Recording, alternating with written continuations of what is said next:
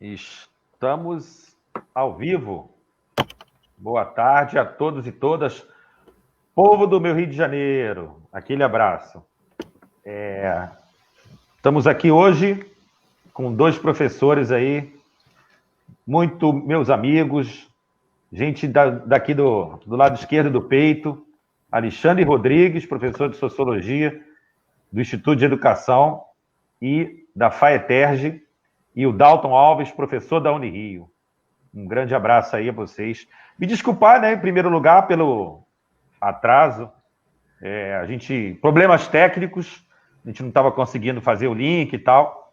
Eu estou usando essa plataforma aqui para poder utilizá-la para postar aí no Facebook, YouTube e tal. Agradecer a presença dos dois, em primeiro lugar, assim, muito feliz com a presença de vocês. E a gente está aí com a dinâmica de chamar as pessoas para discutir educação infantil, educação especial, a terceira e a quarta idade nas condições da pandemia. E aí eu tinha uma organização para fazer educação infantil, mas infelizmente não deu certo, as pessoas que estavam pré-convidadas, daí tinha questão de horário, de dia e tal, e aí tivemos que antecipar essa do ensino superior, que estava programada mais para frente, e a gente antecipou ela para hoje, né? Então, sabendo que, né, voltando agora, agradecendo os dois, né, o Alexandre está aqui na parte de baixo do vídeo. E aí, Alexandre, tudo bom? Grande abraço. E o Dalton está aqui à minha direita. Tudo certinho?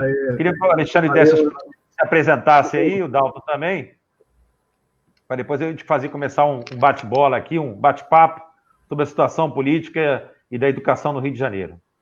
E aí, Alexandre? E aí, Dalton, tudo bom? Tudo bem? Tudo bom. Maravilha. Eu me apresento primeiro, depois o Dalton.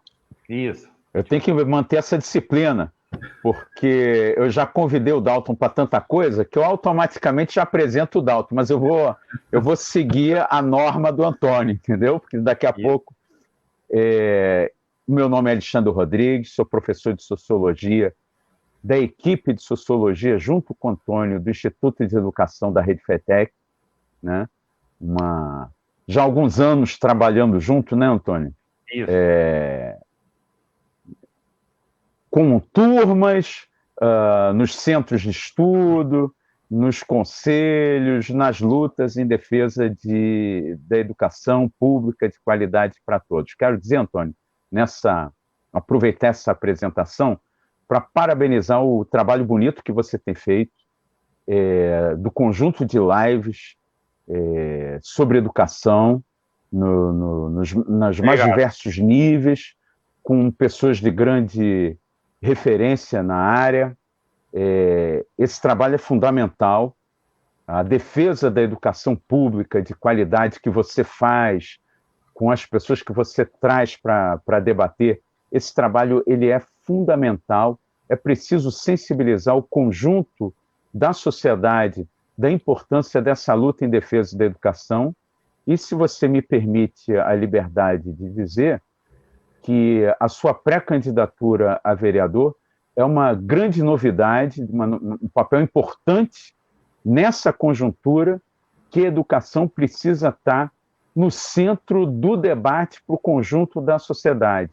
Portanto, eu quero parabenizar, demonstrar o meu apoio, o meu reconhecimento da luta que você está travando e dizer que continuamos juntos também nessa luta. Obrigado, viu, Alexandre? Obrigado pela presença e pelas palavras aí de incentivo e apoio. E aí, Dalton Alves, nosso professor da Unirio, companheiro também de lutas. Tudo bom, Dalton? Tudo bom, meu querido. Boa tarde a você, Antônio, ao Alexandre, amigos aí de longa data, né? E tantas atividades, tantas experiências que a gente tem tido junto, né? Em primeiro lugar, eu agradeço o convite, né, de estar com vocês aqui hoje nessa roda de conversa sobre a questão da educação nesse período trágico que nós estamos vivendo, né, de pandemia. E, bom, me apresentando, né, meu nome, então, é Dalton Alves, sou professor da Pedagogia da Unirio que tem a modalidade presencial, vespertino e noturno, e também o curso à distância. Depois a gente pode falar um pouco desta experiência, né? Lá eu atuo na área de educação e trabalho e na área de educação e filosofia, tenho formação em filosofia, tenho pesquisado sobre ensino de filosofia e sobre a questão também da educação do aluno trabalhador, e se for o caso, eu posso comentar um pouco de um projeto que nós temos desenvolvido lá sobre pedagogia histórico-crítica, criada pelo professor Denival Saviano da Unicamp, que tem trazido bons resultados e boas expectativas em relação a vários campos da educação formal brasileira, né? E, sobretudo, nesse momento, também agora, ela surge como uma alternativa para alguma coisa. E como Alexandre, queria parabenizar também o professor Antônio por essa sua iniciativa corajosa, né, da pré-candidatura a vereador, e que ele seja o nosso representante da educação lá na Câmara, porque se há uma coisa que muito se fala e pouco se faz na política brasileira, é a educação. Todos são defensores da educação como o caminho da salvação da pátria, mas quando lá chegam, a primeira coisa que descartam são medidas efetivas em relação à educação. Por quê? Porque a sua maioria não são educadores, só usam, né, da plataforma da educação. E a gente sabe, pela história do Antônio, que ele não é só um candidato da educação, ele é um educador. E como educador, lá na Câmara, a gente vai ter uma pessoa em quem se apoiar, né? Não quer dizer que vai ser fácil, que vai ser simples, mas com um representante nosso lá que entende a nossa realidade a partir do ponto de vista concreto e não só ideal, né? Da escola real, é muito importante. Então, por isso também, eu agradeço mais uma vez essa oportunidade de estar aqui dialogando com vocês. Muito obrigado, Dalton, pelas palavras, pelo apoio. Eu sou professor da Rede Municipal do Rio de Janeiro, professor de História da Rede Municipal, mas dou aula também de Geografia, em algumas vezes, algumas oportunidades, mas sou professor de História e sou formado em Ciências Sociais pela UFRJ, pelo IFIX, fui aluno do município, fui aluno do Estado e também sou professor de Sociologia da Rede FATEC, a qual o Instituto Superior de Educação, né, o tradicional Instituto de Educação, pertence, né, as pessoas muitas vezes não sabem que o Instituto pertence à FATEC, mas já de alguns anos, bastante tempo já, pertence à FATEC, e a gente está nessa condição de não estar fazendo, participando diretamente das aulas com os estudantes, e aí também pensar, porque o Instituto, eu sou professor da rede municipal e sou professor do Instituto, que é um Instituto Superior de Educação. E a gente pensa a educação, a gente pensa ela como um todo, né? Claro que ela tem seus segmentos, seus níveis, digamos assim, suas esferas, mas a gente pensa a educação como um todo e também pensar a educação superior. No Brasil, no Rio de Janeiro, no estado do Rio, no município do Rio não tem, tem, claro, as universidades estaduais que estão presentes no município, mas não tem ainda, pode-se pensar também, né, por que não, uma instituição, uma universidade municipal de educação, que fosse, digamos, uma formadora pensar também, por que não, um instituto de educação como parte dessa construção, as universidades federais, a Unirio, a UFRJ, né, a Federal Rural, a UF e tantas outras universidades no Rio de Janeiro, centro de pesquisa e excelência, que possam ter na Secretaria de Educação e nos estudantes um locus, né, de estudo, de pesquisa, né, de formação de professores dessa rede, né, do próprio Instituto de Educação, a Unirio, né, de ter no Instituto e ter nas escolas públicas um convênio, né, uma forma de estudar e trazer a formação para os professores dessa rede, de ter nos estudantes e nos professores também um centro de pesquisa.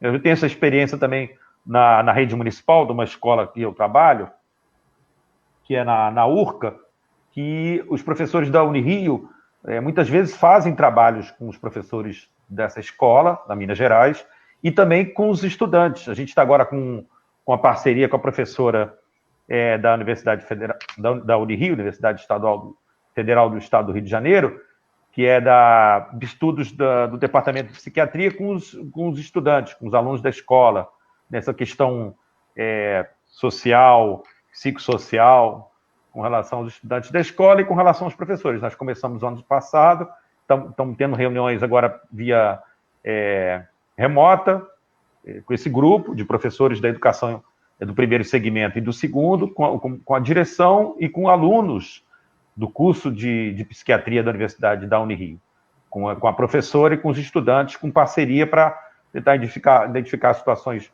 psicossociais dos estudantes, tal. Agora, essa situação do distanciamento, a gente não tem tido mais essa presença, mas é um trabalho que eu acho muito importante e que não possa ser só uma construção de um departamento ou de uma professora, mas que ela fosse institucional, que houvesse o convênio da prefeitura e buscar, com a pré-candidatura e depois com a candidatura, buscar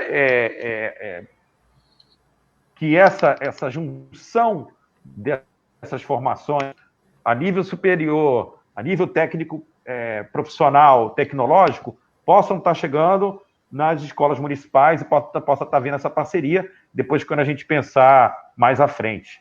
Lembrando que no Brasil, e é o que nos traz aqui também, a gente está vivendo num governo com um viés fascista, né, com políticas de exclusão, e que na sua base econômica tem um viés neoliberal, e que, de certa forma, agrada a parte das elites que buscam retirar direitos, perseguir ou retirar direitos dos trabalhadores, reduzir salários, precarizar as relações de trabalho. De certa forma, isso vinha sendo posto pelo governo Bolsonaro, pelo governo Witzel e pelo governo Crivella.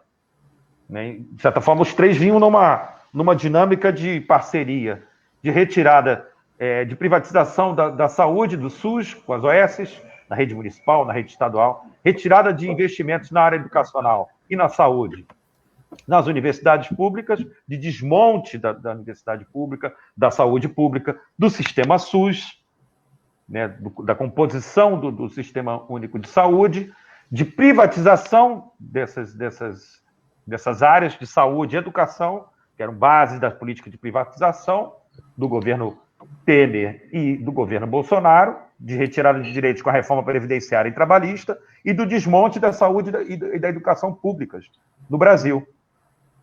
Então, as universidades públicas, antes da pandemia, já vinham sendo, né, destruídas nas suas condições estruturais, de funcionamento, né, o Weintraub, né, de triste memória, agora está lá, se escondeu lá nos Estados Unidos, né? Foi lá se esconder na barra da saia do tio Sam, com medo aqui de ser colocado em condição de arguição pelo Supremo Tribunal Federal, saiu com um passaporte que ninguém sabe de que condições, mudaram a data, e agora está lá nos Estados Unidos, e em um ano e meio de governo nós tivemos 3 ministros da educação. Né? Dois secretários estaduais de educação, secretários municipais, a mesma saiu, voltou, e aí a educação aí usada como ferramenta de manobra, e o ministro que foi sem nunca ter sido, não foi sem nunca ter sido, acabou saindo por conta de denúncias e mais denúncias de pós-doc, de doc, de mestrado, de cópia de dissertação, enfim. É um governo que mostra a sua cara.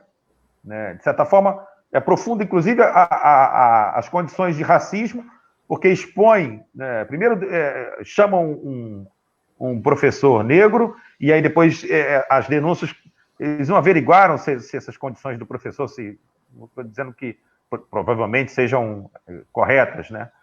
E aí denunciam também, além do racismo, né, de você convidar e depois desconvidar sem ser, né, tomou posse praticamente no mesmo dia, ele deixou de ser ministro, e denunciam também as condições do que a educação, antes com o próprio Weintraub, né, era tratada por esse governo, que, por conta de de ataque à educação pública pelo viés neoliberal, de privatização dessa educação. E ataque também é o que eles condicionam como, desde a campanha, né, como algo que tem que ser combatido. A escola sem partido, né, o kit gay, a mamadeira de piroca, etc., etc., o ataque ao ensino superior, que era o antro de usuários de droga, e agora está se mostrando quem são realmente as pessoas os profissionais, os professores e professoras que estão no ensino superior. Né, fazendo pesquisa para o combate à Covid, busca de vacinas, estudos das estatísticas e dos dados. Né? A Fiocruz divulgou agora dados sobre o porquê de não... Estou com a tela aqui, olhando para a tela, com os dados do não porquê, do não retorno às aulas na rede municipal, documento sobre o retorno às atividades escolares do município do Rio, em vigência da pandemia.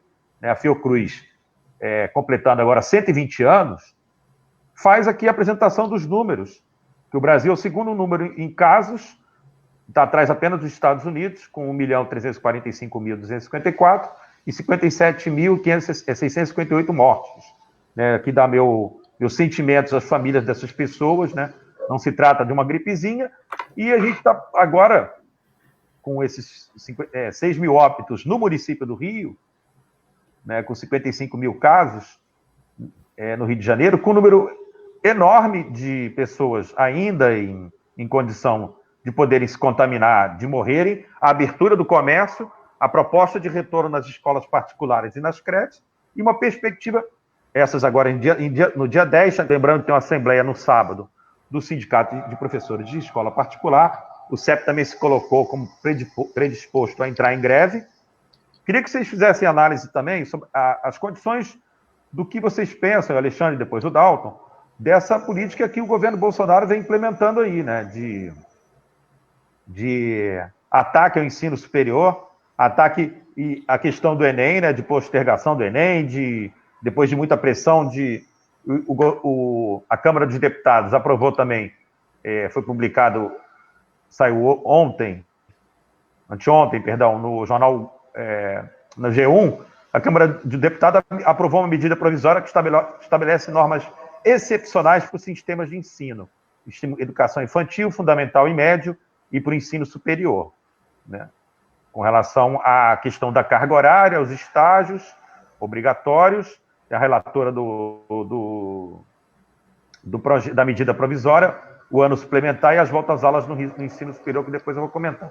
Eu queria as considerações do Alexandre, né, que é professor de sociologia, mas também historiador, e depois do Dalton, professor de filosofia, para a gente pensar essa questão da educação no Brasil com o Bolsonaro. Depois a gente vai pensar mais à frente com relação à política do Estado, com o Witzel, e depois mais à frente um pouquinho com o Crivella. Passo, Alexandre. Pois é, Antônio. Eu me apresentei como professor do ISERJ, mas eu vou aproveitar e lembrar que muito desse tema, no ano passado, eu dava a disciplina sobre políticas educacionais no curso de pedagogia da FAETERJ, de Três Rios, da qual também sou professor. E eu vou aproveitar um pouco dos pontos que você levantou, Antônio. Você levantou assim, um leque de questões fundamental. O leque que você aponta, o eixo central da sua reflexão é um eixo fundamental. Em primeiro lugar, você lembra, na sua fala você citou um elemento de combate à educação democrática muito utilizado na campanha do Bolsonaro, que foi o movimento neofascista Escola Sem Partido. E isso reverberou no governo Bolsonaro. Se a gente parar para pensar que marcas esses ministros deixaram, você vai analisar que, na verdade, essa ideologização neofascista foi o ponto de maior empenho, né? Se a gente pensar no Vélez, seguramente o historiador que levantar vai ver que um dos pontos de maior visibilidade pública dele foi quando ele defendeu que as crianças cantassem hino nacional nas escolas e quando ele é duramente questionado por usar se referenciar e cobrar que as instituições de ensino tivessem um lema da campanha do Bolsonaro. E ele foi questionado duramente sobre isso. Portanto, uma ação que não visava o fortalecimento das instituições de ensino e pesquisa, em nenhum momento, mas, ao contrário, a fragilização delas na defesa de uma ideologização neofascista dessas instituições. Weintraub não foi diferente. Weintraub não foi diferente. Quando ele acusa de balbúrdia as instituições de ensino, ele está na mesma pegada olavista de ideologização das instituições de ensino e pesquisa. Ele está no mesmo ritmo.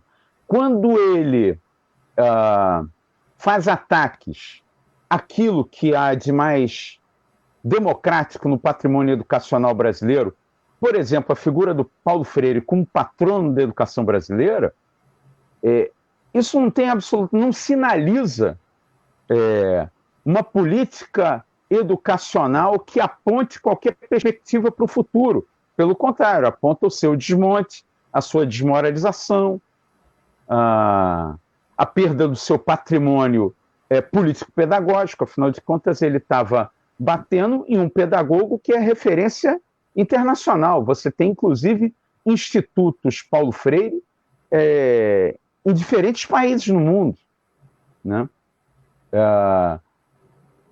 Quando ele fala que tem plantação de maconha em universidades, ele está jogando na desmoralização da instituição, não está jogando no fortalecimento. E aí parte, na verdade, de uma perspectiva vale a pena associar quando a gente fala de educação no contexto da pandemia. É muito simbólico que a gente está tratando de um momento que não tem nem ministro da Educação, nem ministro da Saúde. Isso não é uma coisa dissociada. Isso tem uma associação simbólica muito forte. Porque a sinalização para o mercado nunca deixou de ser feita. É muito relevante quando a gente aponta que não é só a ausência da figura do ministro, é a ausência de uma política planejada para esse contexto, tanto de educação e da educação na pandemia, ou seja, tanto das instituições que preza pelas políticas sanitárias. Você não teve planejamento, você não teve orientação política clara, articulada entre os entes da federação, coordenada pelo governo federal, seja na educação, seja na saúde. A medida provisória que você está falando, a 934, ela foi debatida ontem na Câmara. Ontem, com os temas que você destaca, sobretudo focada ao problema dos dias letivos. Em alguns níveis de ensino, a questão da carga mínima letiva. E a mesma coisa você pode perceber em termos de política sanitária. Você não teve uma ação planejada, articulada, coordenada. Mais do que isso, um tema fundamental, básico, que o mundo inteiro que vem debatendo nos últimos meses, o tema do isolamento social. Quando o Bolsonaro, como presidente da República, se manifesta, ele invariavelmente se manifesta, seja contrário ao isolamento social, seja desmoralizando a preocupação com o isolamento social, desde o dia que ele falou em gripezinha até o momento em que ele participa de aglutinações sem máscara, sem nada, numa atitude de um chefe de Estado que procura intensificar a desmoralização das políticas de isolamento social, seja tentando ensaiar um discurso que as fragilize, quando ele tenta forjar uma diferença entre isolamento vertical e isolamento horizontal. Na verdade, esse discurso da flexibilização crescente é, na verdade, um discurso contra as medidas de isolamento social. No campo da educação, não é diferente, porque essa pressão pelas aulas presenciais, ela foi feita não só por Bolsonaro, mas já, se vocês lembrarem, pelo Weintraub. O Weintraub, ele fez um discurso claro, sinalizando que, por ele, as aulas voltariam. E aí o Antônio nos lembra muito bem que, por exemplo, no Rio de Janeiro, os sindicatos hoje debatem a possibilidade de fazer uma greve em defesa da vida, que é disso que se trata. Sem pegar números exatos como o Antônio, mais de 1 milhão de casos no Brasil, 1.400.000, acima disso. Mais de 60 mil mortes no Brasil. Vamos traduzir isso para Rio de Janeiro. Mais de 112 mil casos. Mais de 10 mil mortes. Aliás, o descaso, né, Antônio, é tão lastimável que o Witzel, para para fazer uma mensagem de solidariedade, ele erra um número. Quer dizer, ele não está nem preocupado com isso. Ele demonstra uma despreocupação muito grande. O Bolsonaro, ele faz uma coletiva com uma sanfona, tocando, ou tentando tocar a Ave Maria, que foi uma coisa simplesmente, de um lado religioso herético e do lado da ética, uma verdadeira imoralidade, né? Um lamento de quem continua não impulsionando, não articulando nenhuma política de prevenção, de combate e de articulação em relação à pandemia. E a política educacional está sendo discutida agora, que ela começa efetivamente a ser discutida. Então aí você sinaliza que, em alguns casos, você flexibiliza a questão dos 200 dias letivos e, em outros casos, você também flexibiliza a questão das 800 horas da carga mínima de horas letivas. Isso sinaliza um quadro que é profundamente dramático. Esse dramático de irresponsabilidade se permite trazer para a realidade do Rio de Janeiro, em que o Crivella sinaliza uma articulação orgânica com essa política que é necrófila, essa política de morte, requer de nós, educadores, uma defesa de uma política educacional que seja, antes de mais nada, a defesa da vida. O que vem em primeiro lugar é a vida humana, a vida da nossa comunidade escolar, a vida do povo, porque, para concluir, passar para o Dalton, como você alertou muito bem, um conjunto de problemas, de desigualdades sociais que repercutem dentro do sistema educacional, não podem ser amplificados pelas políticas por políticas educacionais excludentes.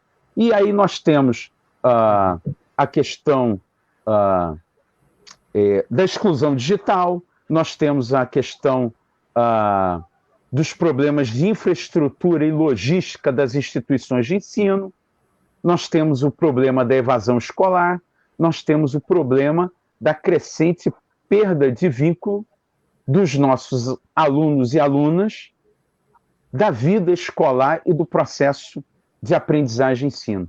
Esse é um desafio que nós temos que colocar com muita centralidade. Obrigado, Alexandre. Passar a palavra para o Dalton. Bem, vamos lá então, né? É um assunto, hoje em dia, muito complexo, eu diria, e marcado de necrofilias. Acho que o Alexandre lembra bem da necropolítica, e isso é uma coisa que define bem esse governo Bolsonaro, Witzel e até o Crivella, né? Barba, cabelo e bigode, né? Rio de Janeiro passa pelas 3 vias, com a mesma necropolítica de fundo. No caso do governo Bolsonaro, ela não é nem de fundo, ela é explícita, né? E ela é defendida a olhos vistos.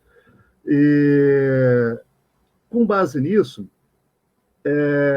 queria chamar a atenção a uma coisa que o professor Antônio falou anteriormente, da questão do vínculo da Secretaria de Educação, no caso ele se referia ao município, mas a gente pode se ligar às do Estado e ao próprio MEC, né, ao Ministério, de eles conduzirem a política das suas pastas em diálogo com as academias, com as pesquisas no campo da educação. Nós temos tanta experiência de maneira mais explícita nas faculdades de educação, de mestrado, doutorado, de projetos de extensão, pesquisadores, produzindo teorias e trazendo dados sobre os vários aspectos, todos os aspectos da educação no país, né? Já visto a ANPED, a Associação Nacional de Pós-Graduação em Educação, o quanto que tem ali de dados, de tudo que é pesquisado no Brasil, e pouco é aproveitado dessa política. Então, há, como diz assim, um divórcio fatal, em muitos casos, né, para a questão da política, que, em última instância, talvez a gente pudesse dizer que é um divórcio entre teoria e prática. Quer dizer, as secretarias pensam apenas no fazer, mas sem pensamento. E a academia tem o pensamento que pode ajudar. Não só, logicamente, né, a sociedade civil organizada, vários elementos. Mas você tem esse aporte, que são as academias, que pesquisam mais diretamente a questão da educação escolar. Por que não se aproveitar desse suporte, né? Então, queria reforçar isso, Antônio, que, de fato, em você sendo eleito, bater bastante nessa tecla, que as secretarias andem e pensem a sua política de Estado de educação, né, ou de município, enfim, em diálogo, um diálogo crítico, aberto, né, franco, com as academias, né, dentre outros sujeitos, dentre outros fóruns. Mas esse é um fórum bem interessante, bem, acredito que, produtivo. E queria ligar isso, aí indo para a despolítica de educação nacional do MEC, né?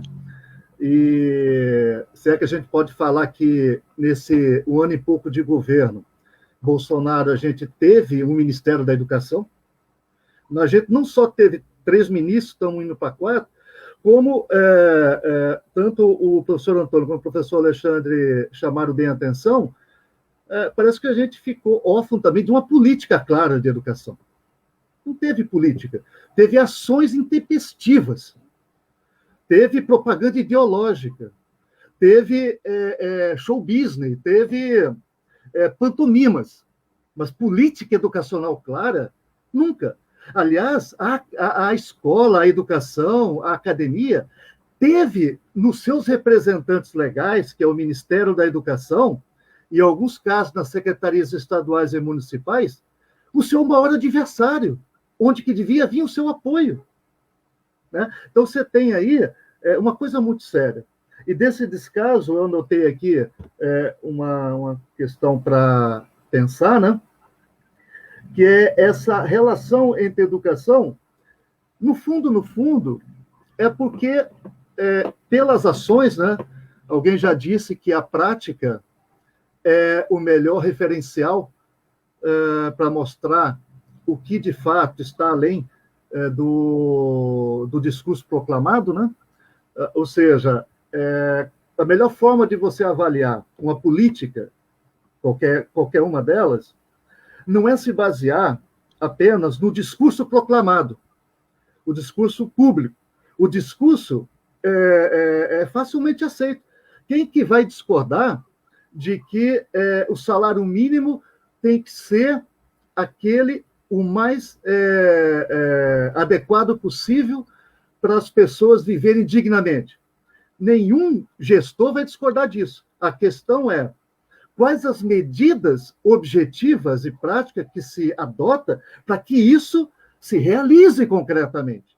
Então, você tem que olhar para entender, de fato, qual o discurso real por detrás do discurso proclamado de qualquer política, e aí, no nosso caso, a política educacional, quais são as medidas efetivas adotadas para executar aquele discurso.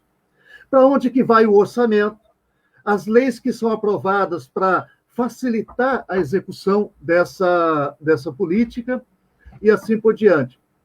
Né? Então, vejam bem, não é levado a sério. Não pode ser sério isso, gente.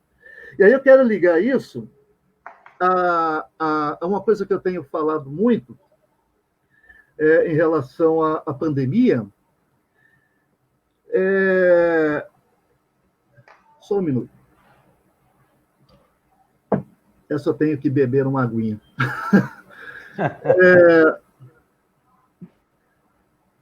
O problema de hoje nosso não é o da pandemia e não é o do confinamento social. O confinamento social ele é consequência da pandemia, né? Ele não é a causa. Enfim, mas a pandemia passa a ser um problema, uma coisa que eu tenho dito muito, então, né, repito, que é o seguinte, a falta de aceitar a pandemia. A gente precisa aceitar a pandemia, que ela existe. Esse vírus está aí. Ele não escolhe classe social, ele não escolhe condição econômica, social, intelectual, região, país, interior, o capital. É claro que, dependendo a posição que você ocupa dentro desse cenário, se você é de uma classe rica ou pobre, se você mora no interior sem estrutura ou numa capital com estrutura, o resultado pode ser melhores ou piores para você. Então, isso, na prática, depois acaba interferindo. Mas o fato é o seguinte, se aceitássemos a pandemia, como alguns países deram exemplos aí, né, como Portugal, os patrícios do nosso amigo Alexandre, né, e outros países que resolveram bem. Hoje, eles estão numa fase já de voltar com a convivência, o fim, né, do confinamento social, de maneira mais segura e mais tranquila. Não dá para ser enquanto não tiver a vacina, né? E aí aproveito para colocar outra diferenciação que a gente tem que fazer, diferenciar pandemia de confinamento. Né? O confinamento, a gente tem que buscar controlar a pandemia para acabar com o confinamento social, porque a pandemia só vai acabar quando tiver a vacina. E a ciência nos mostra que isso vai demorar no mínimo de 1 a 2 anos. E depois dela pronta, vai vir uma guerra comercial. Vocês viram recentemente, hoje aí, que os Estados Unidos comprou todas as vacinas de um laboratório lá, que ele não... É uma vacina que não cura, mas ela acelera o tratamento, né? E ele comprou, e por 3 meses esse laboratório só vai produzir para os Estados Unidos. Imagina que não tiver vacina. Isso vai dar uma verdadeira terceira guerra mundial por essa vacina. Então, e é outro problema que daria outra live, né? No pós-pandemia. E aí, eu vejo que o governo, se ao invés de ele ter negado aí toda a crítica do negacionismo, né, deste governo federal, a pandemia, tivesse aceitado e tivesse se unido com os governos estaduais e municipais a partir da ciência como guia daquilo que o mundo inteiro sério sério, ele que vê a vida e não vê os seus interesses mesquinhos, políticos e econômicos, não coloca esses interesses mesquinhos à frente da vida, a gente estaria numa situação muito melhor. Teríamos resolvido o problema? Certo que não. Em lugar nenhum do mundo isso se resolveu, mas teríamos amenizado mais e, principalmente, salvado mais vidas. Salvado mais vidas. E aí a questão da necropolítica, né, que se prefere fazer política em cima de caixões, em cima de cadáveres, em cima de cidadãos putrefatos. Sei lá. É triste de ver isso daí. E ele brinca com isso, ele dá risada, ele fala de tubaína, ele se diverte com isso. Cara, não dá para ser assim. Eu queria linkar isso, essa não aceitação da pandemia, ao discurso de negacionismo da ciência, que tem a ver com aquilo que vocês já falaram, de movimento, que já vem de longe, de longe, que é aqueles movimentos como Escola Sem Partido,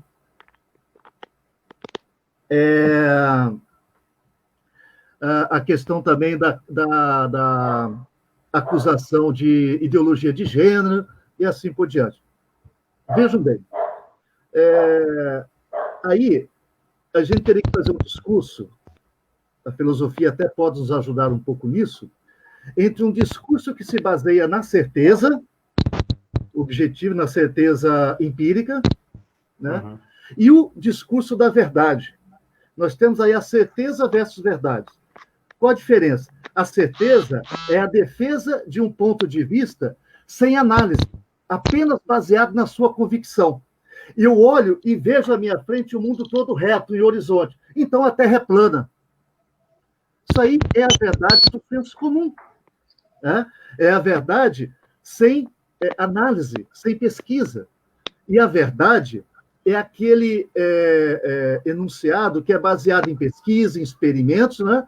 E que você não só afirma que algo é verdadeiro, como você demonstra, você prova. O senso comum não consegue demonstrar suas verdades porque ele não é baseado em método, num método claro, específico, ele é baseado apenas na sua sensação empírica, no seu olhar. Então, a sua visada da realidade é o critério de verdade. Só que essa visada da realidade, aquilo que eu acho que é o certo, é a verdade, mandou tempos atrás muita gente para a fogueira. Porque o cara olhava e falava assim, esse cara é bruxo, esse cara está defendendo posições, né? Eu estou falando aqui do período da Santa Inquisição da Igreja, né? Católica. E de santa não tinha nada, né? Exato, não tinha nada. E nós vamos voltar a esse tempo desse obscurantismo? É isso que leva a esse negacionismo. O terraplanismo, né? Dalton, eu queria lembrar aqui, e aí conversar com vocês, debater com vocês, bater um papo, digamos assim, né? O Alexandre que saiu lá o link, ele deve voltar daqui a pouco, acho. Vamos esperar. Para ele poder... Eu vou fazer uma análise assim do que eu penso a respeito, e aí quando o Alexandre voltar, eu comento o que eu falei, e aí peço as suas considerações e as dele. Lembrando que vocês falaram, né? Para quem chegou um pouco depois, tem sempre gente entrando gente, saindo gente e tal. Foram 3 ministros da educação. Desses 3, claramente da chamada ala ideológica, que seria olavista, e agora esse último, que acabou não sendo, de uma ala militar. E como houvesse uma disputa, segundo os meios de comunicação, entre uma ala ideológica, digamos, liderada pelo Olavo de Carvalho, e uma ala militar, que eu malmente, acho que não sei qual seria pior, comparado ao período do regime militar, da ditadura civil-militar, digamos que eu não seria qual que seria considerado Sorbonne, para quem não lembra da ditadura, tinha um grupo de militares que seria mais intelectualizado e tal, seria ligado, chamado de grupo da Sorbonne, e um outro chamado de linha dura. Eu não sei nem qual dos dois poderia ser ligado. Né? Da Escola Superior de Guerra e tal. E aí, pensando nesse campo, desses 3 ministros da educação, E nos 3 ministros da Saúde, primeiro que não era contrário ao SUS e foi botar jalecozinho do SUS. E de um partido que atacou duramente, né, as verbas para educação e saúde, o teto de limite de gastos, a PEC 95, que limitou os gastos com saúde e educação pública, e depois foi vestir jaleco do SUS, sendo do DEM, do partido que atacou o Sistema Único de Saúde e busca privatizá-lo ao longo da história. É o que eu falo a diferença entre o discurso proclamado e o discurso real. Isso, exatamente. Então, esses ministros, agora o da saúde, o da educação, que por último, o Alexandre está ali, vou incluí-lo daqui a pouquinho, vou estar andando ali, vou incluir, Alexandre. Opa, está voltando aí. Caiu. Beleza, tamo junto. Achei que tinha fugido. Não, camarada de luta. O sinal tá ruim, eu sou... Ó, eu estava falando aqui do ministro da Educação, Alexandre, quando você der essa saidinha aí, e do ministro da Saúde, e aí comparei entre aquela linha dura da ditadura e a Sorbonne, na época da linha, digamos que a ala ideológica do Olavo de Carvalho, que seria a indicação do ministro da Educação, né, do Van Traub, e agora a ala militar, os militares indicando esse quase ministro, quase pós-doc, quase doc, quase dissertação. E essa disputa desse campo ideológico, ela se reafirma numa busca de reafirmação, inclusive esses 2 ministérios, tanto a saúde quanto a educação, são onde estão os maiores orçamentos.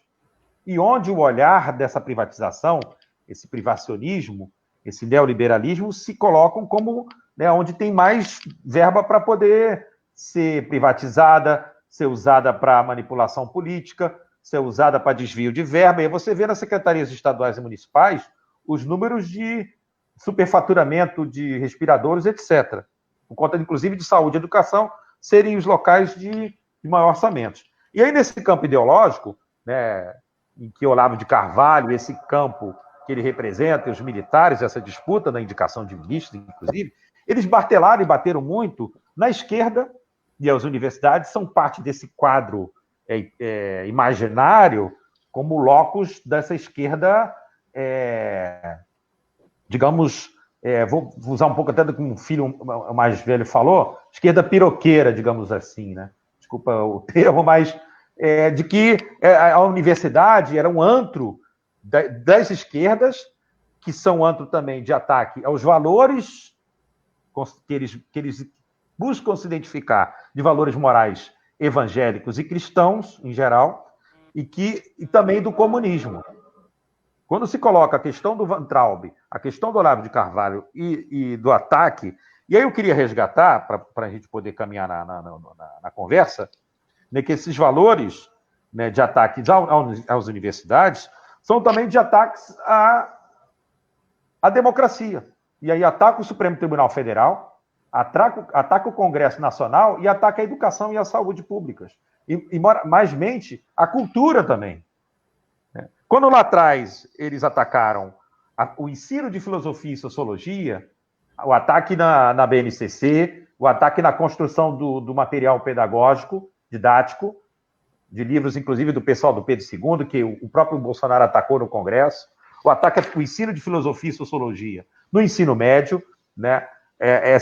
A transversalidade na construção da BNCC e em filosofia e sociologia dentro das estruturas, né? O ataque, por último, e as considerações de vocês, com relação a essa privatização, ao que o Flávio Bolsonaro, me lembra agora o Eduardo desses aí, o 01, 02, 03, então, do voucher que ele propôs para a educação, uma política claramente privacionista, e também com relação à saída do Van Traub, o ato, ele é simbólico, né, de encerramento das cotas na pós-graduação, né, para os negros, indígenas e pessoas com deficiências. Isso é um ataque claro, né, a simbologia do que isso representa, né?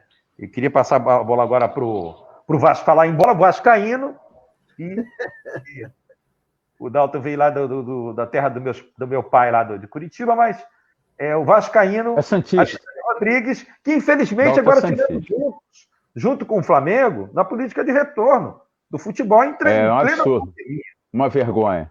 É que a presidência, essa direção do Flamengo, infelizmente, triste saber que essa atual direção ela é mancomunada lá com o Bolsonaro e propôs junto com o Vasco. Eu ia fazer aqui minha meia-culpa aqui numa live que eu fiz aí, né? Eu falei que era o Flamengo e o Fluminense. Desculpa os tricolores, era o Flamengo e o Vasco.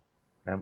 Infelizmente, se aliaram com o Crivella e Bolsonaro para o retorno do futebol no Rio de Janeiro. O curioso é que a torcida é antifascista, né? Que fizeram vários movimentos aí. Mas a direção do clube... Isso, com certeza. É muita parte da torcida contrária a essa política. E eu quero passar a bola aqui, dar um bate-bola aqui com o meu companheiro, camarada vascaíno Alexandre Rodrigues. Sobre essas condições aí do ataque do BNCC, da privatização, da questão da aula olavista e ala militar. Se fizesse essa análise aí, Alexandre. Passando a bola para você. Exatamente. Eu diria assim, como parâmetro fundamental deles, está o setor privatista, uma visão de mercado que é transversal ao conjunto do governo. Então, em termos de educação, é uma política privatista no campo da educação. E há um vetor, portanto, que reforça toda uma lógica neoliberal de diminuição do papel do Estado. Não só na economia, mas na sociedade, enquanto um impulsionador de políticas sociais. E um outro vetor, que esse acha que o que resta do Estado tem que estar subordinado a um papel de um Estado policialesco, portanto, um vetor militar. Em termos de educação, esse vetor também procura se transversalizar. É evidente que no discurso da cloroquina existe um interesse militar também nisso. Mas não é só na saúde, isso transversaliza. E vocês lembram de toda a discussão que foi feita desde a época do Vélez, a questão da militarização no campo da educação, das escolas militares. Isso estava colocado no campo da educação também. Escola cívico-militar, né? As escolas cívico-militares. Isso já estava desde a época do Vélez. Portanto, desde o começo. Isso não se perdeu. Então, esses dois vetores, o vetor de mercado e o vetor militar, são dois vetores que compõem esse eixo de movimentação do governo Bolsonaro. Um governo que apela para esses dois vetores para se sustentar diante da perda crescente de legitimidade. E agora o caso Queiroz reforça mais um episódio de perda de legitimidade, mas ele vai se apoiando nesses dois setores.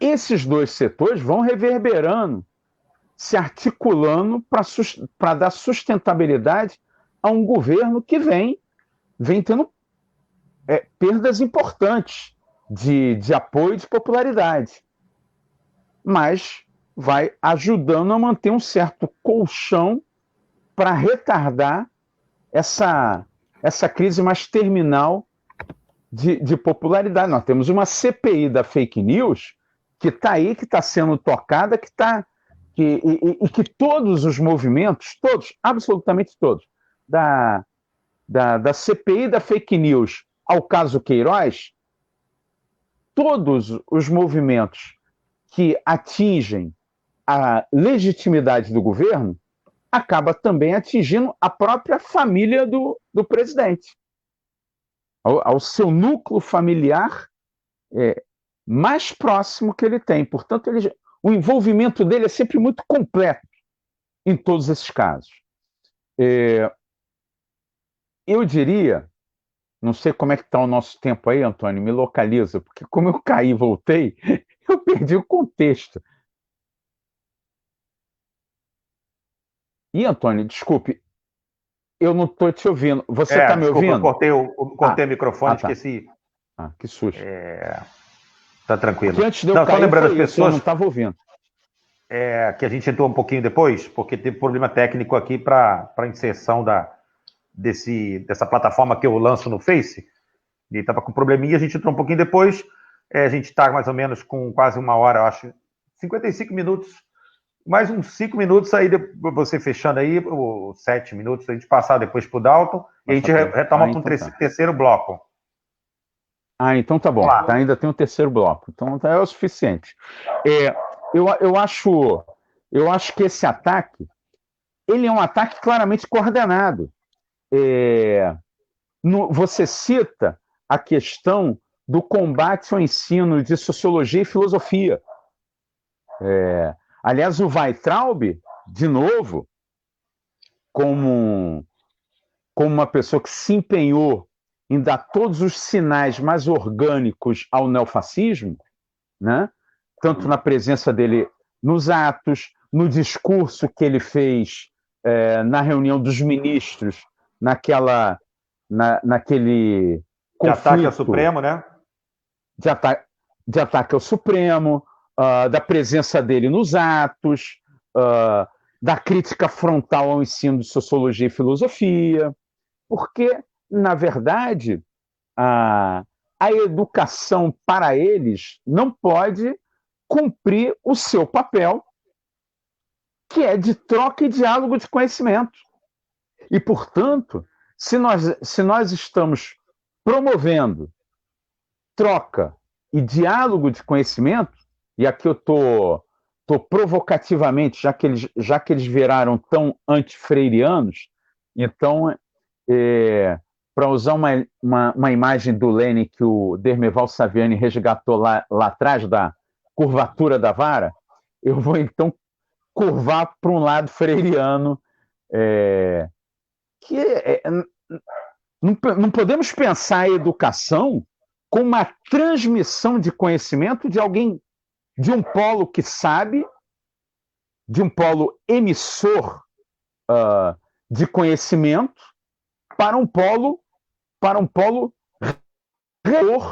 vazio, que o Paulo Freire chamaria de educação bancária, um polo vazio, receptor de conhecimento. Educação não é isso, né? Não podemos pensar a educação nessa lógica adestradora, domesticadora. E é muito simbólico que nesse argumento tenebroso, obscuro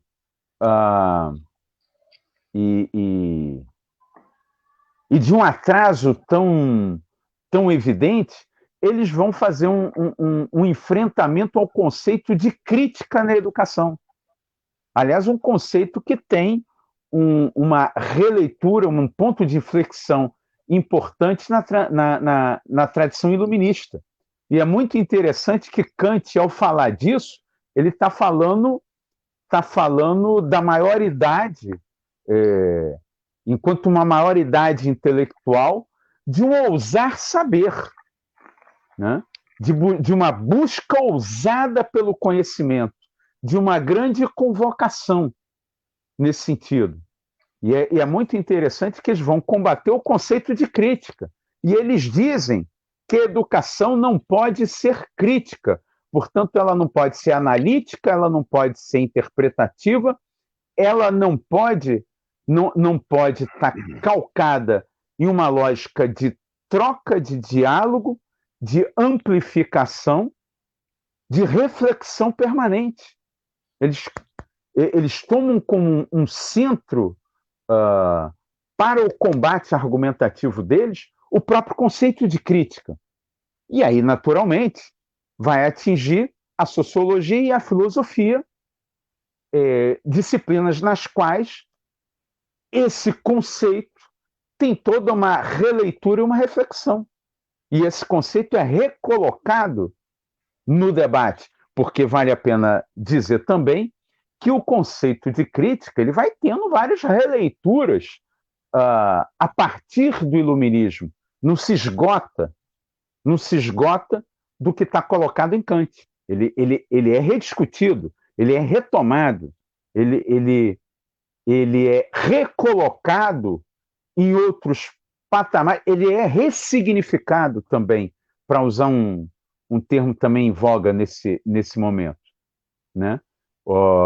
Marx coloca também o conceito de contribuição à crítica, e ele faz uma análise da crítica que ele está fazendo, e faz, inclusive, uma crítica à economia política e, portanto, a um próprio conceito de ciência, a qual ele oferece um conceito alternativo. E esse debate é muito longo.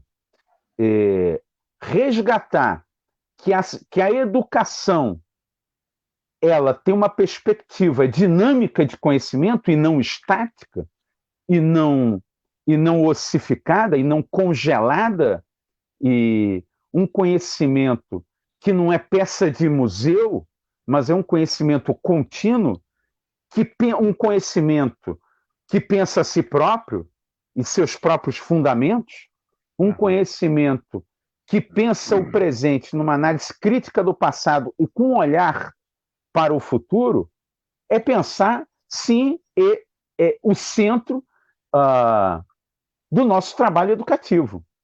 Essa é a nossa missão. Essa é a missão que nós temos enquanto educadores. Então, em última instância, o que eles estão atacando é o cerne da própria missão de educação. E aí, para fechar essa rodada, nós temos que lembrar que quando eles estão falando de Paulo Freire, na verdade, eles falam de toda uma história de resistência em defesa da educação. Podemos dizer que eles estão combatendo, inclusive, o que vai até o Manifesto dos Pioneiros de 32, porque Anísio Teixeira foi assassinado na ditadura militar, ditadura que eles defendem. Eles combatem Paulo Freire, mas combatem toda a política de educação integral que você tem defendido em algumas lives também, Antônio, que é representada e que foi defendida e formulada com muita propriedade pelo saudoso professor Darcy Ribeiro também.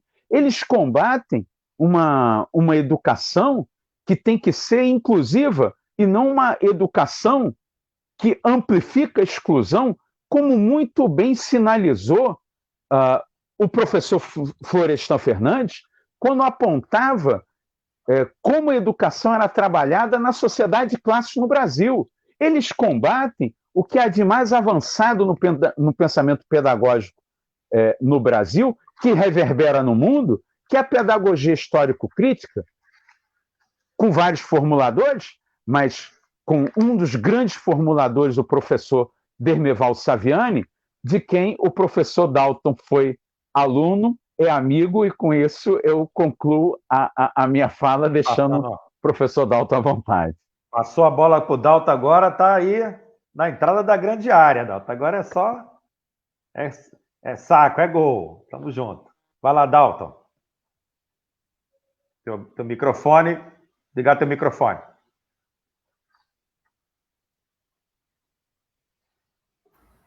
A gente está acostumado a desligar o microfone, né, nas lives, para não interferir, e quando vai voltar, a gente acaba esquecendo. É de lei. Novos vídeos. De vez em quando eu também. Tranquilo. Isso. Mas é isso. Histórico-crítica, porra. Na grande área. Inclusive, deixa eu fazer uma propagandazinha. Hoje, né, às 18 horas, vai ter uma live que vai estar participando o professor Paulino Osso, da UniOeste do Paraná, e dentre outros, sobre a pedagogia histórico-crítica, né, no cenário atual, né? E eu só não sei de cabeça agora o link, né, mas vai ser, acho que, pelo YouTube.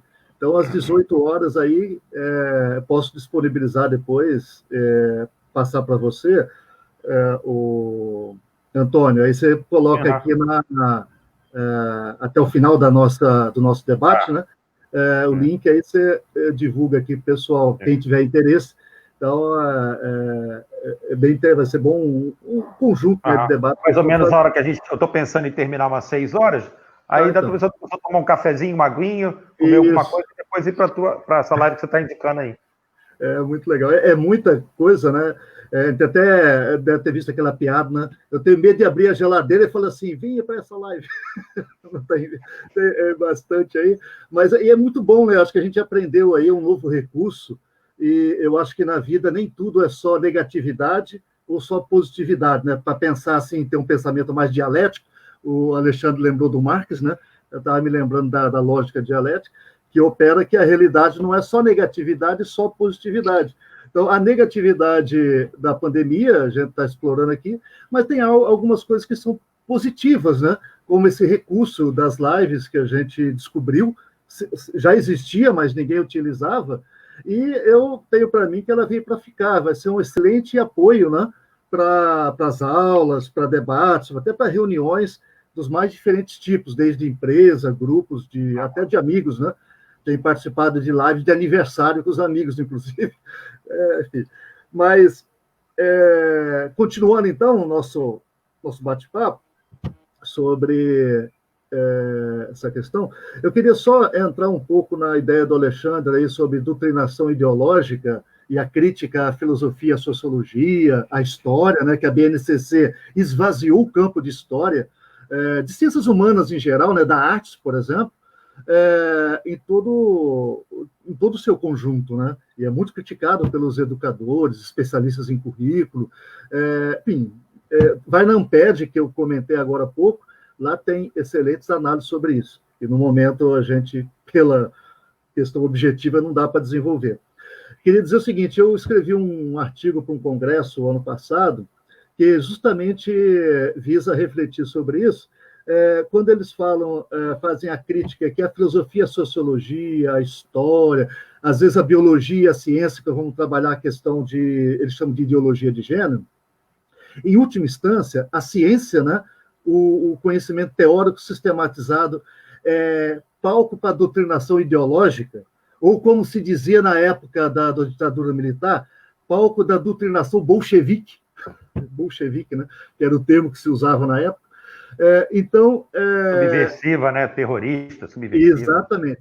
Eu usei no meu texto um argumento que se usava pela SEAF, né? Sociedade de Estudos e Atividades Filosóficas, que organizou, foi uma grande referência no final da década de 70, início da década de 80, no combate, na luta pela volta da filosofia, a introdução da filosofia no ensino médio novamente, né? Depois que a 5692 de 71, se não me falha a memória o número da lei, retirou a filosofia para colocar a educação moral e cívica, o SPB, aquela coisa toda. E eles se contrapõem o argumento dessas matérias serem palco de doutrinação ideológica, né, de esquerda. Vejam bem, quando eles falam doutrinação ideológica de esquerda, que é o que fala o Escola Sem Partido hoje, já fica claro que eles não são contra em si a doutrinação ideológica. Eles são contra a doutrinação ideológica de esquerda.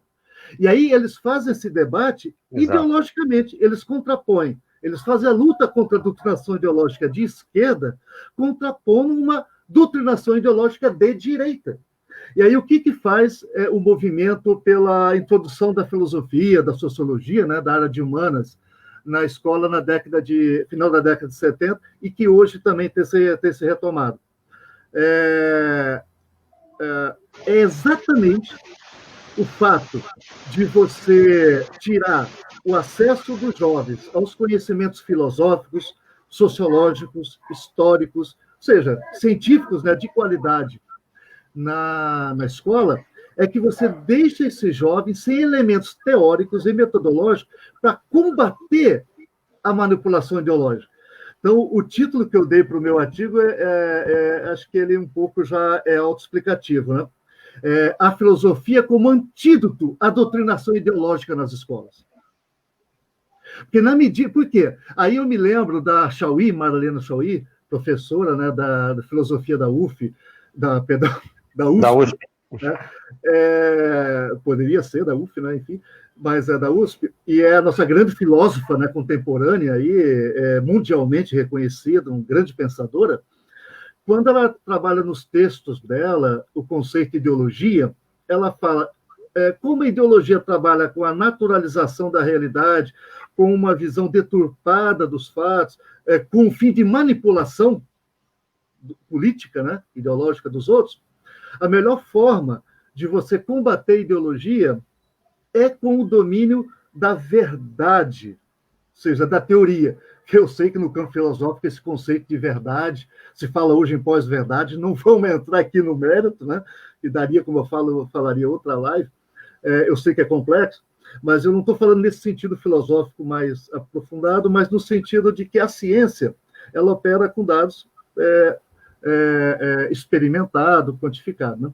Um pouco tem a ver com aquela ideia de senso comum, com uma diferença entre certeza e verdade que eu falei anteriormente. E aí, ao você operar com o estudo da filosofia, você, ao entender o que é a filosofia, você não só aprende o que os filósofos pensaram, ou disseram, ou desenvolveram, mas ao estudar a estrutura e a forma como eles constroem os seus próprios conceitos filosóficos, as suas próprias proposições filosóficas, você também acaba internalizando um certo olhar filosófico sobre a realidade, né? O professor Leopoldo Silva, da USP, ele falava muito isso. Ao se estudar filosofia, seja como autodidata, seja na escola ou na universidade, você acaba, até meio sem querer, assim, pelo próprio estudo, né? Desenvolvendo um certo olhar reflexivo filosófico da realidade. Exato. E desde quando você aprende a pensar filosoficamente, o que significa pensar filosoficamente? É nunca aceitar a realidade, que você toma contato imediato com ela, a partir de certezas. O filósofo desconfia das certezas. Por isso se discute tanto o conceito de verdade. Desde quando surgiu a filosofia, não se tem uma posição tranquila e digamos, única sobre a verdade, porque desde os filósofos antigos se discutia a diferença entre doxa e ciência, né? Verdade e aparência. O mito da caverna, para quem conhece, fala isso, né? E aí, nessa questão da escola, opera isso. Então, qual que é o problema? Eles fazem o combate à doutrinação ideológica, mas antes fosse a doutrinação ideológica, de fato, né? Se é que ela existe na escola. E na escola o que existe é ciência, não é doutrinação. E aí eles combatem porque essa ciência ela demonstra a verdade. Só que o capital, e quem conhece um pouco de capitalismo e de neoliberalismo sabe, o capital não se dá bem com a verdade. Porque a verdade vai mostrar que o capital ele vive da exploração e do sangue dos seus operários. E descobrir essa verdade é muito ruim para o capital. Ele vive da exploração sanguinária dos seus subordinados ao modo de produção.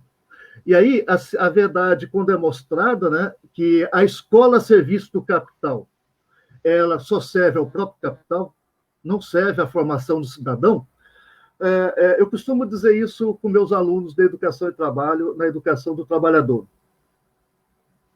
Nessa linha que o capital quer uma escola que prepare o aluno para o mercado. Ninguém é contra uma escola que prepara para o mercado, desde que não prepare só para o mercado. Essa que é a questão. E aí o que acontece? Eu digo assim, quando você prepara só para o mercado, há uma inversão aí na compreensão do aluno trabalhador. Que se pensa o aluno trabalhador de formar esse aluno, ou nesse aluno, apenas o trabalhador que está nele, em detrimento do ser humano que também está nele. Porque se pensa no trabalhador, no aluno trabalhador, apenas como uma mão de obra a serviço do capital, e não como um ser humano. Né? Aquilo que a gente podia chamar de uma educação integral, né? De uma educação omnilateral, que forme a questão teórica e prática, né?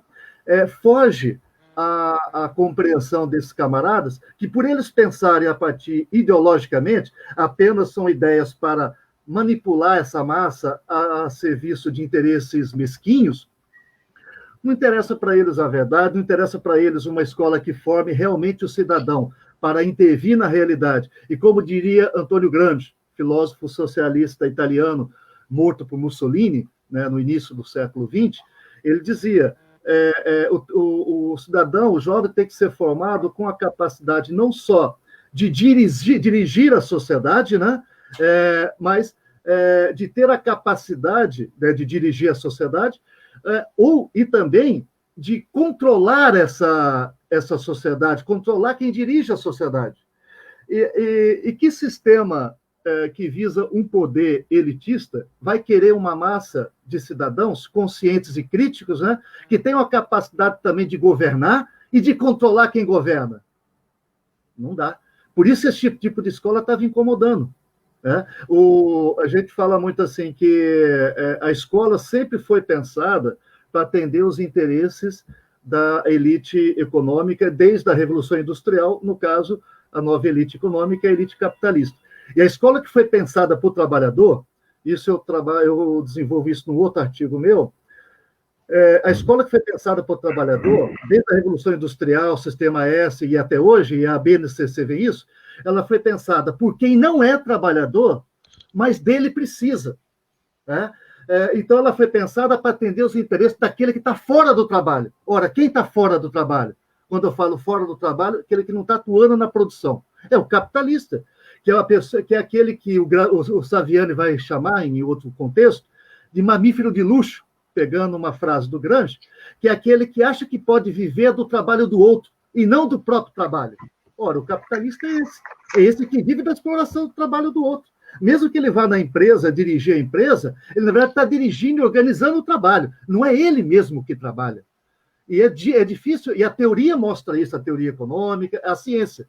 E quando a ciência começa a mostrar isso, a escola passa a não atender mais aquilo que Adam Smith, um teórico lá, né, do início do liberalismo, falava. A escola para os operários, sim, mas em doses homeopáticas, só o necessário para ele operar a maromba lá na fábrica. Mas quando a escola ultrapassa esse limite, ela passa a ser uma pedra na engrenagem, um problema para o sistema. E aí essa escola de qualidade perturba. Uma vez um aluno me falou uma coisa que eu achei assim, um colega da Unirio, um professor, amigo nosso lá, Marco Aurélio, né, grande colega da área de filosofia, da educação, ele dizia o seguinte: eu acho que alguma coisa está muito errada na escola pública, e está dando muito certo. Tem alguma coisa muito, muito certo dando na escola pública brasileira, de alguma forma, porque ela está sendo tão atacada pelo sistema, pelo capital, que está incomodando tanto a universidade pública, a escola pública, né, que esse ataque a ela como barbúrdia, quando ela incomoda o sistema, é porque ela está sendo boa para os trabalhadores. E aí ele fala assim: nós devíamos descobrir, então, o que está dando certo nela e fazer com que ela trabalhe mais nessa linha. Né? Então, eu queria encerrar essa fala mais ou menos nisso, né? Dizendo que a filosofia, o conhecimento escolar, científico, né, é o verdadeiro antídoto contra a doutrinação ideológica. E doutrinação ideológica é esse que se dizem arautos, né, da verdade e contra a doutrinação ideológica, é eles que estão querendo fazer doutrinação ideológica. Então, volto a falar, cuidado e façam a diferença entre o discurso proclamado e o discurso real. O discurso real desses que lutam contra a filosofia e a sociologia, a história, dizendo que elas fazem doutrinação ideológica na escola, são eles que, o discurso real deles, é eles que querem um discurso ideológico, porque a escola, antes de servir, foi criada pelo sistema capitalista, lá desde a origem da Revolução Industrial, para manter os trabalhadores sob o domínio ideológico da burguesia e atendendo aos seus limites de classe. Quando ela ultrapassa esses limites, opa, não dá mais, temos que acabar com isso. Está entrando negro, está entrando pobre na universidade. Cara, não dá para suportar. Não dá. Vai estudar a origem do vestibular no Brasil, na década de 10 e de 20, e vai ver por que ele foi criado. Ele foi criado porque a aristocracia, principalmente a agrária, estava perturbada de ver os seus filhos estudando na faculdade de Direito, junto com os filhos dos seus trabalhadores, dos seus principais funcionários, né, lá da aristocracia, lá do seu feudo, incomodou. Como é que pode ser isso, né? Virou uma bagunça agora, perdeu a seriedade da universidade. Temos que controlar quem entra na faculdade para manter o nível. Ora, quem que é o nível? Qual que era o nível? Era o nível da aristocracia, portanto, era a elitização do saber. Então, o que nós temos hoje é uma luta contra a democratização do saber, porque acesso à escola só, a matrícula da escola da universidade, não dá acesso ao saber. É contra isso que eles estão com medo, e é contra isso que a gente tem que lutar. Descobrir o que está dando certo na universidade pública e na escola pública, e que está incomodando tanto o sistema hoje, eu acho que é a grande meta que a gente tem que atingir. Valeu. Obrigado, Dalton Alves, pela sua avaliação, e o Alexandre também. Acho que foram nevrálgicos, assim, foram no ponto do que a gente tem que pensar a respeito da educação. E aí, quando pensar em educação, pensar em ciência. Quando pensar em saúde, ciência, educação, pensar em cultura. Quando pensar em ciência, educação e cultura, pensar em saúde. Todas essas condições e essas superestruturais ou da infraestrutura tem que ser analisadas, porque esse governo ele é um governo de destruição de todas essas políticas anteriores construídas para a educação pública, com a inclusão dos pobres, pelas cotas, com a criação de universidades públicas, com a criação de institutos federais, né, e da melhoria das condições, que hoje mais de 60% desses estudantes das universidades públicas, quando você falou da inclusão lá no início do século XX, mais de 60% desses são de origem pobre, são alunos de cota. E quando o ministro, ao sair, ao apagar das luzes, ao fechar da porta, retira as políticas de cotas para a pós-graduação de alunos negros, indígenas e deficientes, ele mostra claramente a que ele veio.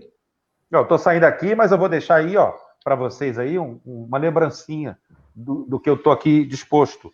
E aí ataca a cultura, né? O setor cultural está aí, né? E a economia, as pessoas não receberam muitas vezes esses R$600, muitas vezes também a cultura está aí agora mesmo, foi aprovada, né, por esses dias, o incentivo cultural, que esse atual secretário de Cultura está falando que é uma esmola, alguma coisa assim. O Rio de Janeiro é uma capital cultural, por excelência, por essência, por tradição, por história. Né? Aqui nós, né, de origem de dezenas e centenas de músicos, poetas e artistas, enfim. Então, é uma capital cultural com uma formação científica, né, de história e profundidade nas universidades públicas, na UERJ, no CCERJ, na FATEC, na FATERJ, na pesquisa, na FAPERJ, nas universidades públicas federais, no Colégio Pedro II, no Cefet, nos institutos de educação, enfim, que tem toda essa construção científica, né, de educação superior e básica, para modificar essa situação que a gente se encontra. A gente tem que pensar, quando falar também em educação, e aí o Alexandre falou em Paulo Freire, você falou em Gramsci, e falou em Darcy Ribeiro também, o Alexandre, pensar na educação pública no Rio de Janeiro, né?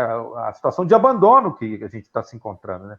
Na esfera estadual, né, as várias denúncias de desvio de verbas. Na esfera municipal, idem. E agora o Crivella se propondo a um retorno. Em momento, né, o próprio estudo da Fiocruz que eu citei no início da nossa ao vivo aqui, da nossa palestra virtual, do retorno que a Fiocruz, né, no estudo apontou e aponta, de que é totalmente assassina essa política. Né? Quantas crianças vão ter que morrer no município para seu Crivella voltar atrás? Quantos pais, quantos profissionais de educação vão ter que morrer para ele desistir dessa política? E a senhora Thalma? Quantas crianças, quantos jovens, adolescentes e adultos que estudam, que são mais de 1 milhão, estarão só de estudantes na prefeitura, são quase 700 mil, contando os profissionais de educação, né, e estudantes na prefeitura, são 700 mil. Mais o número, como eu citei anteriormente, são mais de 2,5 milhões, quase 3, de pessoas envolvidas diretamente. Desses 700 mil, com as famílias, com os pais, avós, que vão estar envolvidos só na rede municipal, sem contar estudantes dos colégios federais, sem contar os estudantes das escolas particulares e os profissionais de educação, né, os trabalhadores em educação. E aí, quando fala em trabalhador também, falar que hoje é o dia, né, na greve nacional dos entregadores de aplicativo. O Dalton estava fazendo uma análise mais marxista aí, do trabalhador e da educação, né, do uso da educação, do ensino, como forma de combate a essa inclusão social, essa inclusão no capitalismo, né? Lembrar que hoje é o dia da greve nacional de entregadores de aplicativos, né, e que a gente tem que estar aí apoiando essas políticas e essa defesa do trabalho numa sociedade que a gente pensar a educação, que a gente pudesse concluir aí, o Alexandre e você, mas desses 15 minutos, 20 minutos que nos digamos, limitam,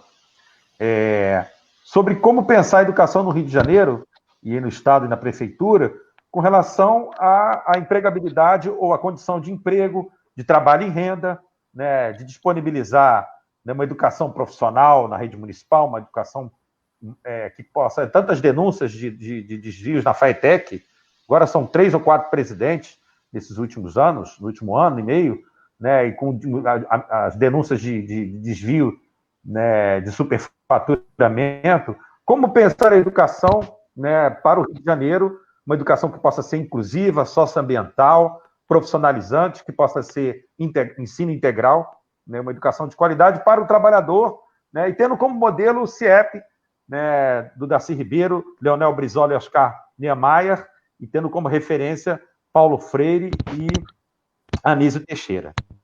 Fazer as considerações aí, uns 10 minutinhos para Alexandre e uns 10 minutinhos para o Dalton, para a gente poder ir fechando aí o nosso segundo tempo aí, finalizando a partida aí, nosso bate-bola.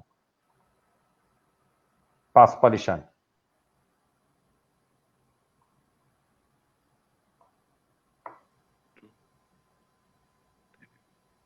Opa, Alexandre. Saiu. Passo para você então, Dalton.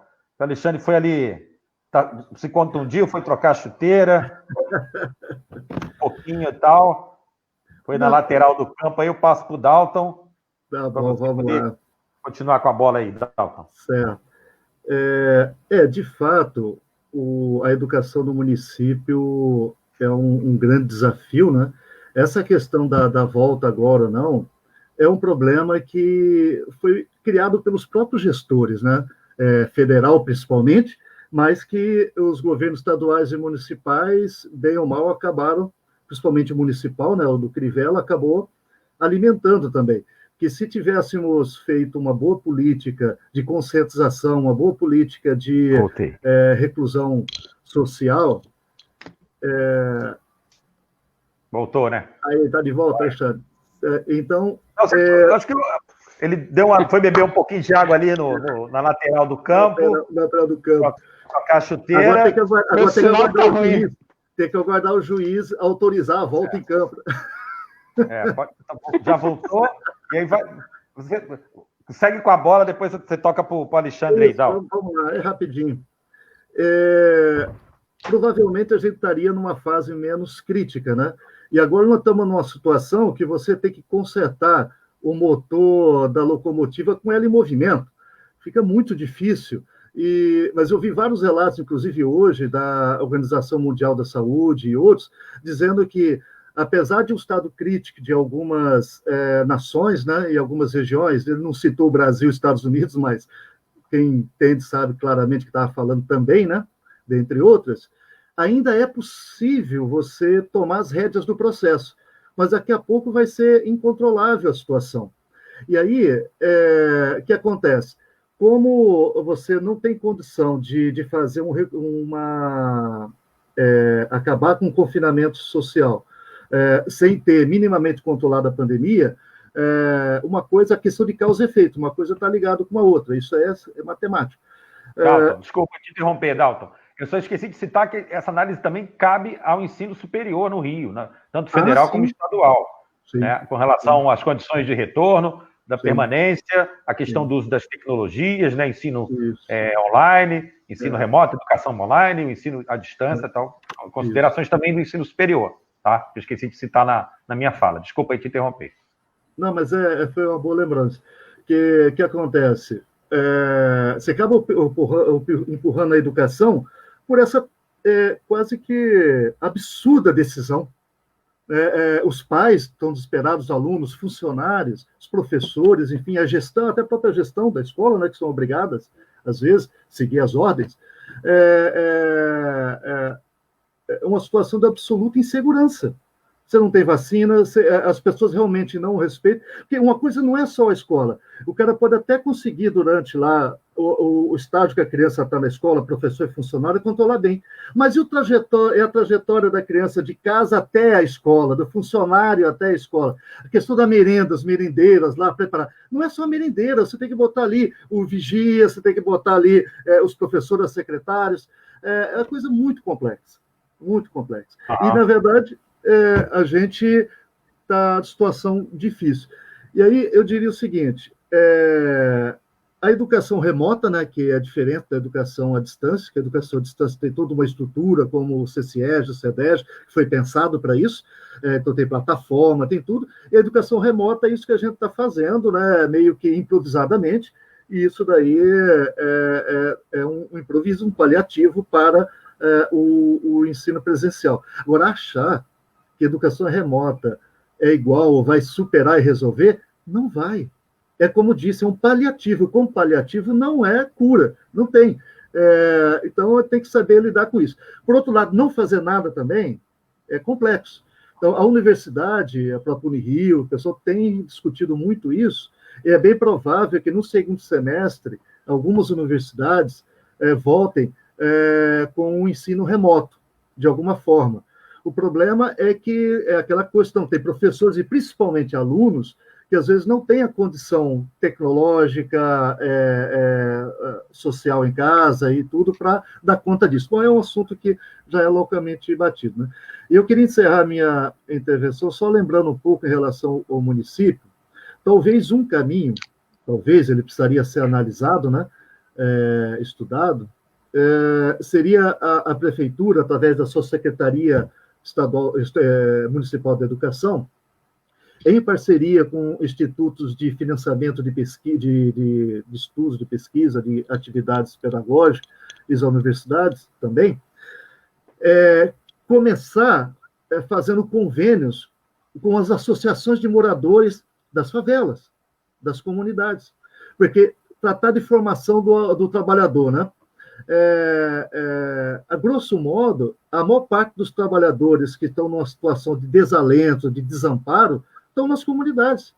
Porque uma coisa que eles vivem, uma realidade muito desafiadora, triste, é o seguinte, muitos deles, para conseguir uma carteira assinada no emprego formal, tem que omitir a sua residência de origem. Porque se o cara falar que mora na favela tal, o cara inventa qualquer desculpa e na mesma hora não o contrata. Se já contratou, inventa uma desculpa e demite. Qualquer coisa, eu me enganei, não estou precisando mais, enfim, né? Se a pessoa é negra, mulher, pior ainda. Salários baixos, tudo mais. A juventude, né? Os jovens, né? Juventude, exato. E aí, se não tem formação, se não tem um curso técnico, se não tem uma universidade, se não tem nem a alfabetização, ou seja, a educação básica, isso se multiplica o desafio ao cubo.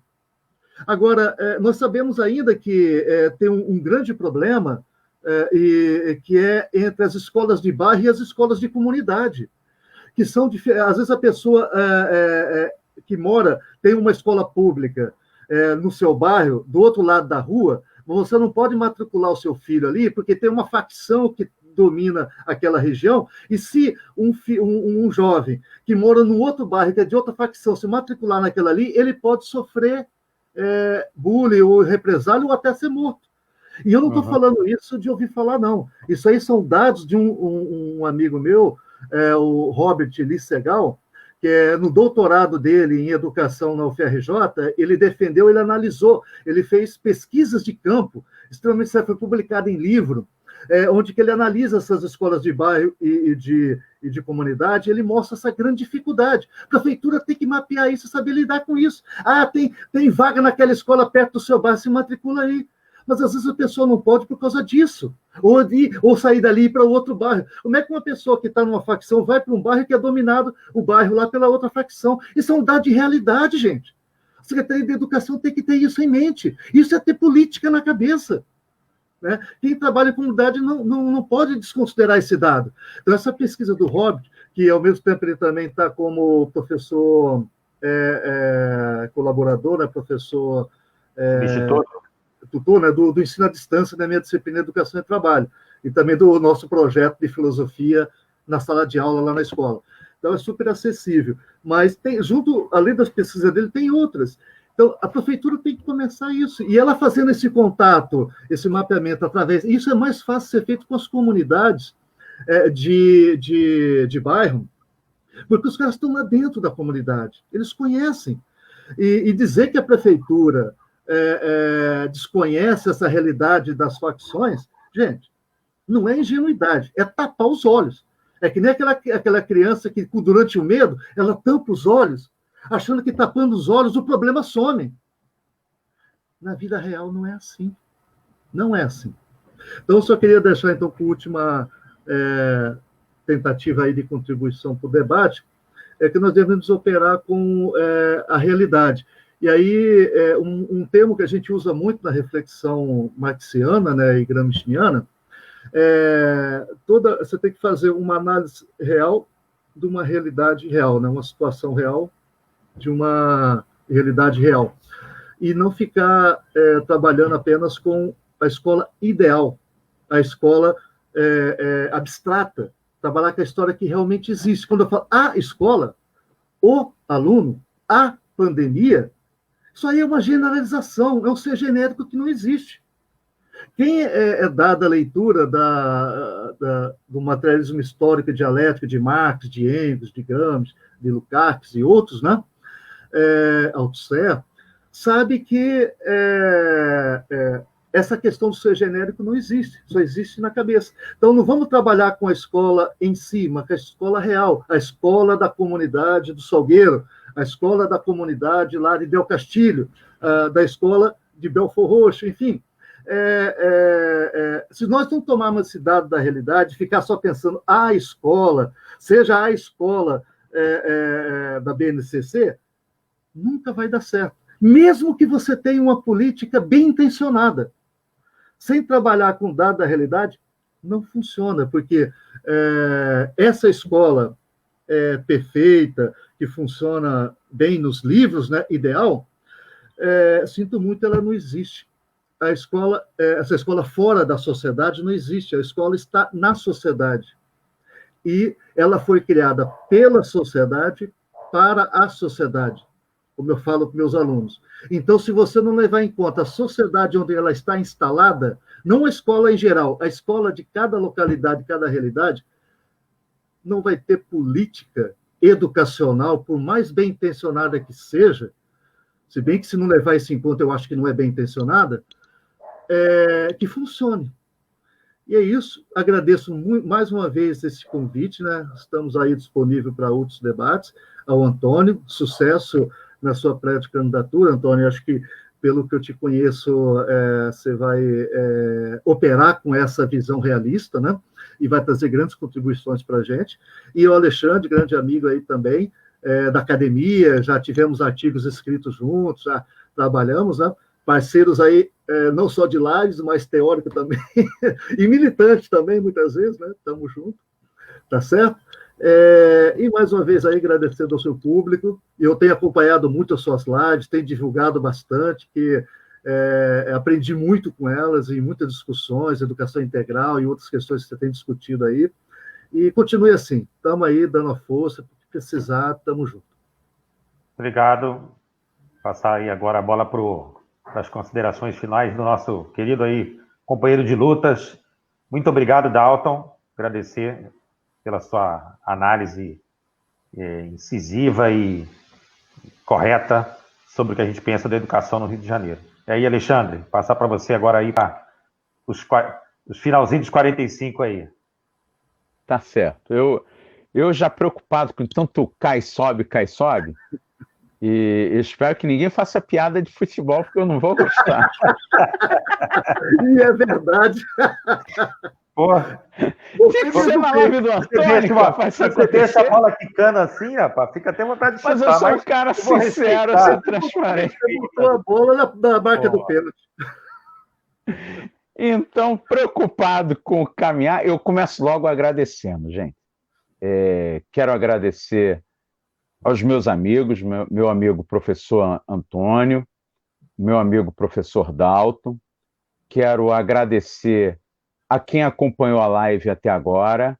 Agradecer também quem, porventura, vier a acompanhar a live no futuro, né? Rever, avaliar, se comunicar com a gente, fazer contato. Quero agradecer a todos vocês a essa oportunidade de reflexão e de convívio, né? Esse é um espaço importante, já disse antes e reafirmo. O professor Antônio Cláudio tem feito um trabalho importante de juntar vários colegas, vários profissionais da educação para fazer reflexões sobre educação em ângulos bem diferenciados e todos eles muito importantes. Então, isso tem que ficar registrado, esse reconhecimento e esse apoio. Quero dizer também para vocês que nos acompanharam e os que vierem a nos acompanhar, que é compreensível que várias discussões se coloquem no curto prazo, né? A questão do ensino remoto, as diversas formas híbridas de ensino que vêm sendo propostas, enfim. Mas isso também, né, são discussões necessárias, precisamos fazê-las, mas isso também não quer dizer que a gente vá, porventura, abrir mão de um projeto de educação mais amplo. Então, retomo assim, um papel importante que, inclusive, meu amigo professor Antônio Cláudio tem feito de retomar várias discussões importantes do ensino de tempo integral, nas experiências que foram colocadas aqui no Rio de Janeiro, sobretudo na época de Darcy Ribeiro e Leonel Brizola, e além delas, avançar a reflexão que essa educação, essas experiências de tempo integral sejam também experiências de educação em termos de uma perspectiva integrada, ou como o professor Dalton lembrou, uma educação em termos gramscianos integral, uma educação integral, que a defesa da escola pública, a defesa da educação pública, seja uma defesa qualificada, uma defesa no seu todo, uma defesa da educação pública, gratuita, laica, democrática, de qualidade para todos, que rompa a lógica do dualismo estrutural na educação, que não seja uma escola propedêutica para a elite e uma outra escola com ensino profissionalizante para os filhos dos trabalhadores. Que o acesso aos bens culturais e o acesso à educação seja um acesso democratizado para todos. E aí eu retomo o que o Dalton colocou, é isso que assusta o status quo, é isso que o sistema de poder vigente não quer que a educação seja realmente uma educação para todos. E isso é um tema que se coloca em toda a história dos movimentos que lutam em defesa da educação, um legado que é atual, que está presente em cada um de nós, em cada um de vocês, que ingressam nessa luta, que participam dessa luta e que reforçam a cada dia a cada momento que essa luta é uma luta fundamental para o desenvolvimento justo, um desenvolvimento igualitário desse país. Eu quero dizer que essa luta, ela se coloca em cada momento, se coloca em cada dia, e essa luta precisa de cada um de vocês. Obrigado. Muito obrigado, Alexandre, pelas palavras, pelo apoio e incentivo, ao Dalton também.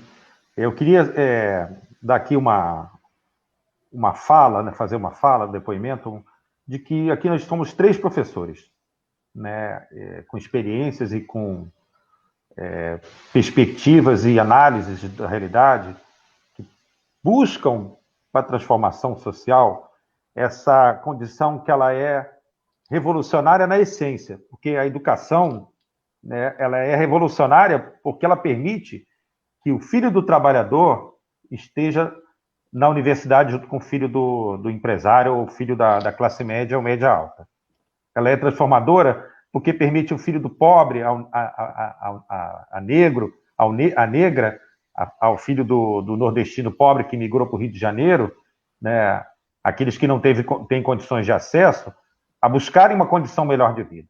Então, a gente está aqui, né, não é com uma arma na mão, não, tá? A gente está aqui, ó, vou mostrar minha arma qual é, ó, é uma canetinha, tá? É essa que é a nossa arma revolucionária, é essa que incomoda. A gente está no estado, no município, em que as pessoas combatem a ciência, combatem a educação e combatem a inclusão. Porque sabem, na perspectiva da análise que eles também fizeram, de que essa arma aqui, ela é revolucionária e transformadora, que permite o filho do pobre a ter melhores condições de vida e aprendizagem.